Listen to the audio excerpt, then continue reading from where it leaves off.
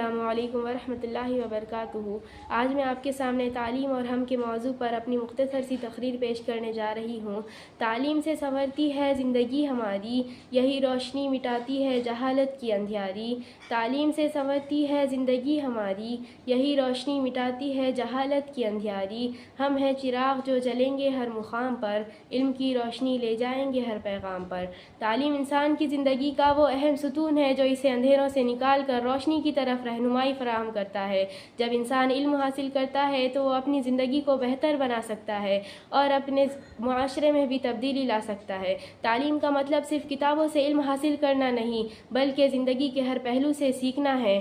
تعلیم انسان کو صرف اعداد و شمار اور معلومات سے آراستہ نہیں کرتی بلکہ اس کے ذہن کو وسعت دیتی ہے اور انسان کو بہتر انسان بنانے کی صلاحیت فراہم کرتی ہے۔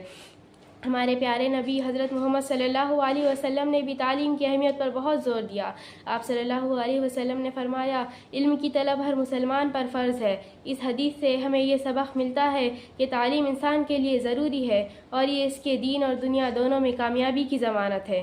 ہمیں یاد رکھنا چاہیے کہ تعلیم کا مقصد صرف جاہ و جلال حاصل کرنا نہیں بلکہ اس کا اصل مقصد انسانیت کی خدمت ہے۔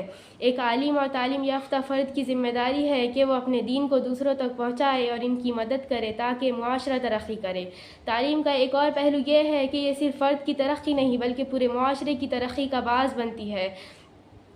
جب ایک فرد تعلیم حاصل کرتا ہے تو اس کی ذہانت اور قابلیت پورے معاشرے کی حالت کو بہتر کرنے میں مددگار ثابت ہوتی ہے۔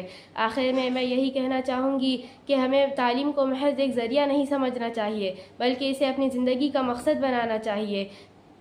جو طالب علم اپنی تعلیم میں محنت کرتا ہے وہ نہ صرف اپنے لیے بلکہ اپنے ملک اور معاشرے کے لیے بھی ایک قیمتی اثاثہ ثابت ہوتا ہے۔ اللہ ہمیں سچی تعلیم حاصل کرنے اور اس سے فائدہ اٹھانے کی توفیق دے۔